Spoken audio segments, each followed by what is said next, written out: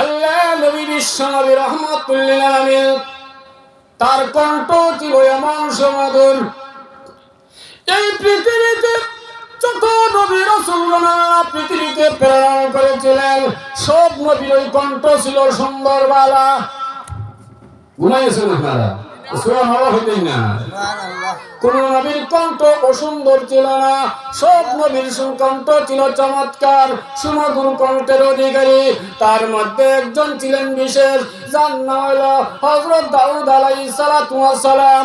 দাউদ আলাইহিস সালাতু ওয়াস সালাম যখন তেলাওয়াত করতেন, জাবুর কিতাব পড়তেন, দাউদ নবীর কণ্ঠ শুনে জঙ্গলের বাঘ পশু পাখি এমনকি দরিয়ার মাছ সমূহ ফারের মধ্যে বিলীনত।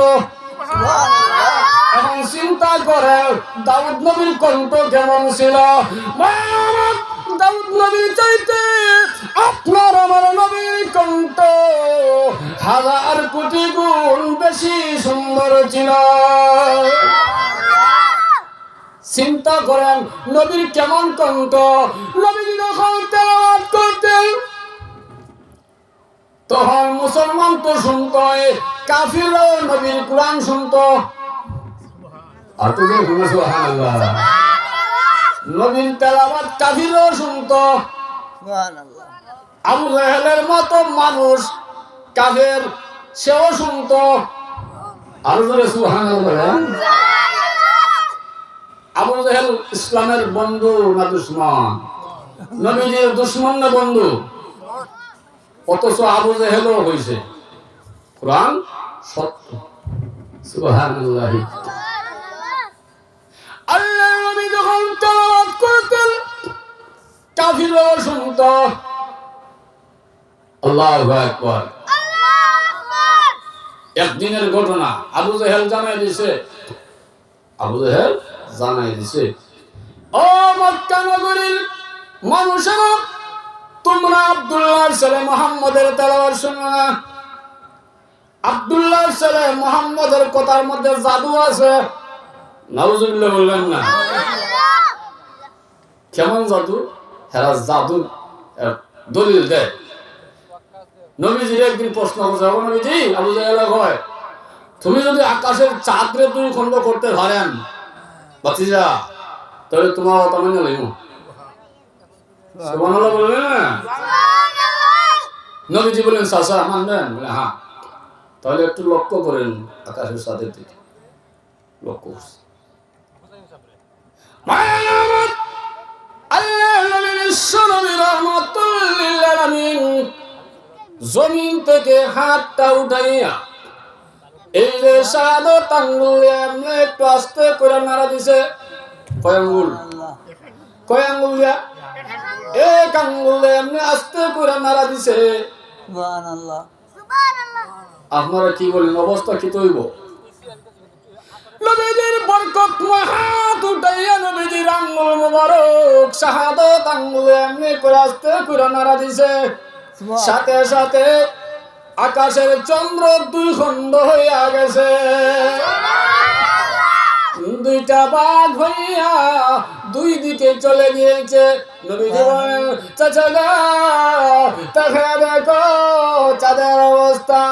ও চাচা জবাব দেন, এখন ওই চাঁদের অবস্থাটা দেখেন, ওই সিনি খাম? বলে হ্যাঁ ওইছে, কিন্তু তোর জাদু। তখন কয়, বাবা রে তোর জাদু যে আকাশ পর্যন্ত চলে এটা আমার জানা নাই। তখন আবু জাহেল কয়, দেখছো আব্দুল্লাহর ছেলে মুহাম্মদ কত বড় শক্ত জাদুঘর, জমিন থেকে আকাশের চাঁদ দুই টুকরা হয়ে গেল। এখন চিন্তা করেন, এটা তো জাদুর খেলা, এটা মানি না। জাদুঘরইটা মানি না। এখন যাই হোক, আমি সেদিকে যাচ্ছি না। নবীর চরিত্র যে বেলা, নবীজির যে চরিত্র, নবীজির যে সেলিব্রিটি সারা পৃথিবীর মধ্যে আসমান জমিন, এটা কেমনে এটা সামনে আইতেছে। শুধু তাহলে সময় দিলে কই কমপক্ষে 10 মিনিট আগে জানাই না। 5 মিনিট সময়। আচ্ছা আচ্ছা। এখন ভাইয়ের আমার রাত শেষ জানাই দিল সকলে যে আর মুহাম্মদের তেলাওয়াত শুনলো না। কিন্তু দেখা যায় আবু জাহেল, আবু লাহাব, উতবা, সাইবা সমাজের বড় বড় লিডার। এর মধ্যে সব থেকে প্রধান লিডার হলো আবু জাহেল। আবু জাহেল জানাই দিয়েছে কেউ কোরআন তেলাওয়াত শুনলো না, কিন্তু আম্মা জান আয়েশা সিদ্দিকার রুমে রাসূল তাহাজ্জুদের নামাজ পড়া গভীর রজনীতে কোরআন তেলাওয়াত যখন শুরু করছে,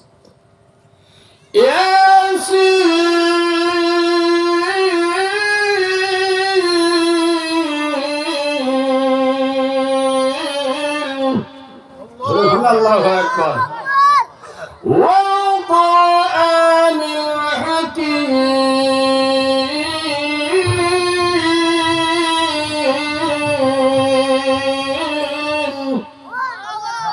এখন এই অবস্থায় নবীজির তেলাওয়াত শোনা হয়ে গেছে। ওই রাত্রির বেলা আবু জাহেল গেছে, সুবহানাল্লাহ বলবেন না, আবু লাহাব গেছে, উতবা গেছে, সাইবা গেছে, সাতটা সার কোনা ঘরের একটা করে কয়টা কোনা থাকে, সার কোনা সাতটা দাঁড়াইছে।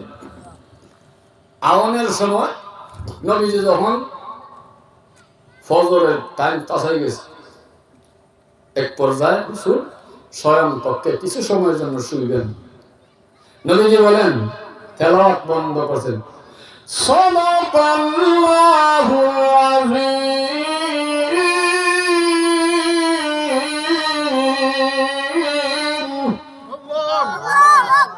এখন আবু জাহেল বাতিজার তেলাওয়াত শেষ, তখন কত সময় ঘুমায় গেছে।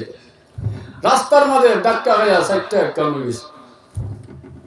অহন হয়, হ্যাঁ, এত রাত্রের বেলা, এত গভীর রাত্রে কে কোথায় থেকে আসে আইলা?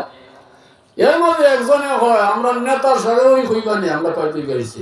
আবু জাহেল আবার তোরা দেখান তুই, আমি তুই গান তুই, সুবহানাল্লাহ বলবেন না, তুমি নাই জানাইলা, শুনতাম না। হয় লা তুযা মূর্তির কসম, আমার বাতিজার কোরআন তেলাওয়াত না শুনলে একটা রাত্র আমার ঘুমে ধরে না। তো এটা সত্য নি, নবীর কোরআন এগুলা সত্য নি। তখন হয় পাগলের দল, তোরা আজকে সত্য নি, যেদিন থেকে আমার বাতিজা বলেছে লা ইলাহা ইল্লাল্লাহু মুহাম্মাদুর রাসূলুল্লাহ, সেদিন থেকেই বলেছে আমার বাতিজা সত্য, কোরআন সত্য, আল্লাহ সত্য। সুবহানাল্লাহ। তখন কয় তাহলে মানো না কেন? এখন মানলে বাতিজার কাছে মুড়ি দিতাম নি বেটা, মানলে তো আমার নেতাগিরি থাকতো না। আপনারা কি তখন নেতাগিরি রাসূলের সাথে বয়াত হইলে আবু জাহেলের নেতাগিরি বাড়তো না? হতো, আরো বাড়তো, কিন্তু সে বুঝে না আবু জাহেল তো। এখন যাই হোক, হেসে দিকে আমি যাচ্ছি না, ছোট্ট একটা সংক্ষিপ্ত আকারে 2 মিনিটে একটা কথা বলে শেষ বলেন ইনশাআল্লাহ। আর কিছুই লাগতো না তখন, ইনশাআল্লাহ শেষ বলেন। এই যে নবীর চরিত্র, এক নতুন মুসলমান হইছে তো এক সাহাবী, না ওই নতুন মুসলমান হইতো তখন আগে চিন্তাধারা করে মোহাম্মদ যে সত্য নবীটা বুঝতাম না। তাই গ্রাম্য ব্যক্তি আইসে নবীর কাছে, মসজিদে নববীর ভিতরে নবীজি সাহাবায়ে কেরামকে নিয়ে দ্বীনের তালিম দিতেছে, এমনি দেখে বেড়া এক কোণার মধ্যে বইয়া মসজিদের ভিতরে হিসাব করে লিখতেছে। আপনারা কি তখন কেউ যদি দিনের বেলায় কোনো মুসলমান হই হিসাব করে হেরে গণদুলাই করাইবেন, ঠিক না? ওমান সাহাবায়ে কেরাম কয়, ও নবীজি, ও নবীজি, এই কি হালত, আপনি হুকুম দেন এর সাইজ করে লাই। উমরের মতন সাহাবী, গরম সাহাবী, যারা শয়তানের ভয় হয়, যদি কোন সুবহানাল্লাহ। উমর কয়, নবীজি আপনার সামনে কিছু করা যায় না, কিন্তু আপনি একটু হুকুম দিয়ে দেখেন না, আপনি না থাকলে এত সময় কাল্লা উড়াই দিতাম, আপনি একটু হুকুম দেন, দেখবেন কাল্লা উড়াইতে কত সময় লাগে। নবী বলেন, আস্তে, এত অস্থির হইয়েন না, এবারে দৌড়াইও না, এবারে হিসাব করতে দাও। ওখান যদি দৌড়াও তাহলে আগে মসজিদের জায়গা নষ্ট হয়েছিল এক জায়গা, দৌড় দিলে ওইও সারা জায়গা, ঠিক না? এর পরে হিসাবের মাঝখানে দৌড়ানি তুললে বেটার একটা থেকে আর অ্যাক্সিডেন্ট হইতে হয়, ঠিক না? এই কারণে হিসাবের মানুষরে দৌড়াইন না। তো নবীজির কথা সব থামলেন।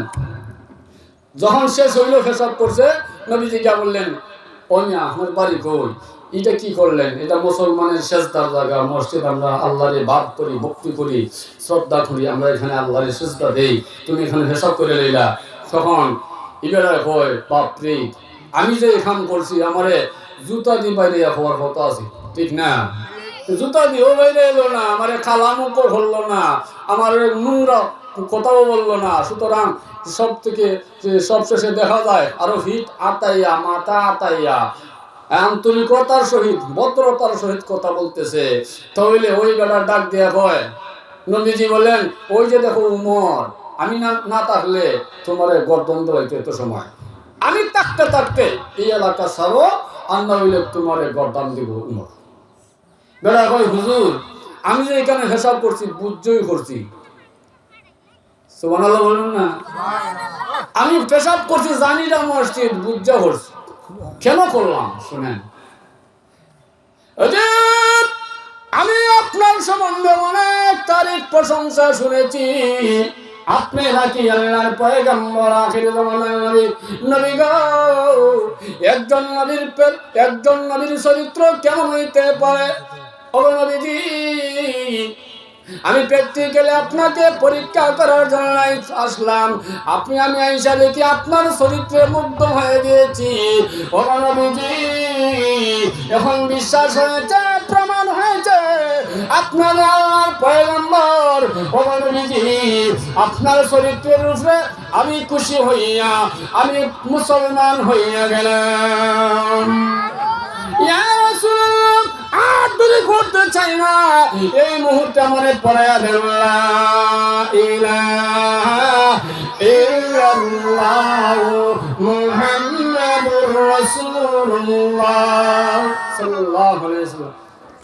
ভাইয়ার আমার, এই জন্য আল্লাহ বলেন, ওয়া ইন্নাকা লা'আলা খুলুকিন আযীম।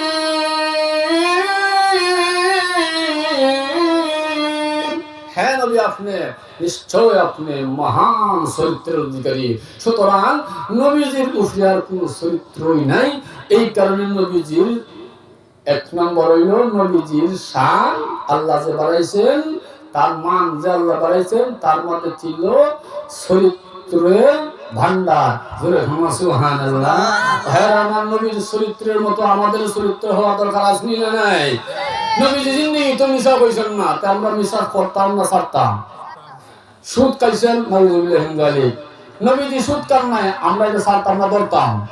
সুদ ঘুষ ছাড়তাম, নবী যেহেতু খাইছেন না, আল্লাহ নিষেধ করছেন, নবী নিষেধ করছেন। নামাজ জীবন কাজা করেন নাই, আমরা নামাজ ছাড়তাম না, ধরতাম। ঠিক না? নামাজ পড়লেন, কুরআন পড়ব, নামাজ পড়ব, হসত মানুষের সাথে সৎ আচরণ করব, হোক সে হিন্দু, হোক বৌদ্ধ, হোক খ্রিস্টান, হোক মুসলমান। যখন ঠিক না, ঠিক না? হোক সে পাগল, হোক সে মাতাল, সুন্দর আচরণ করব। এই ছিল নবীজির চরিত্র। যখন ঠিক না, ঠিক না? ভাইয়ের আমার, অনেক লম্বা আলোচনা, অনেক লম্বায় কেরাম আসছেন। ইনশাআল্লাহ আমি আসছি এখানে দোয়া নেওয়ার জন্য। আপনারা দোয়া করবেন। আমার বাড়ি চাইলা, এখানে আত্মীয় স্বজন আছেন, হয়তো অনেকে চিনেন না। আমি আপনাদের জন্য নতুন মানুষ, ইমাম সাহেব নতুন সাক্ষাৎ হয়েছে, পরিচয় হয়েছে, মহব্বত করে বলছেন আইসি। হুজুরের মহব্বত আল্লাহ তাআলা কবুল করুক, ওনার নেক হায়াত দারাজ ফরমা। সবাই বলেন আমিন। আপনারা দোয়া করবেন, ইনশাআল্লাহ কোন সময় সুযোগ পাইলে বলবো। আজকের মতন বিদায় নিলাম। ওয়া আখিরু দাওয়ানা আলহামদুলিল্লাহি রাব্বিল আলামিন। আসসালামু আলাইকুম ওয়া রাহমাতুল্লাহি ওয়া বারাকাতুহু।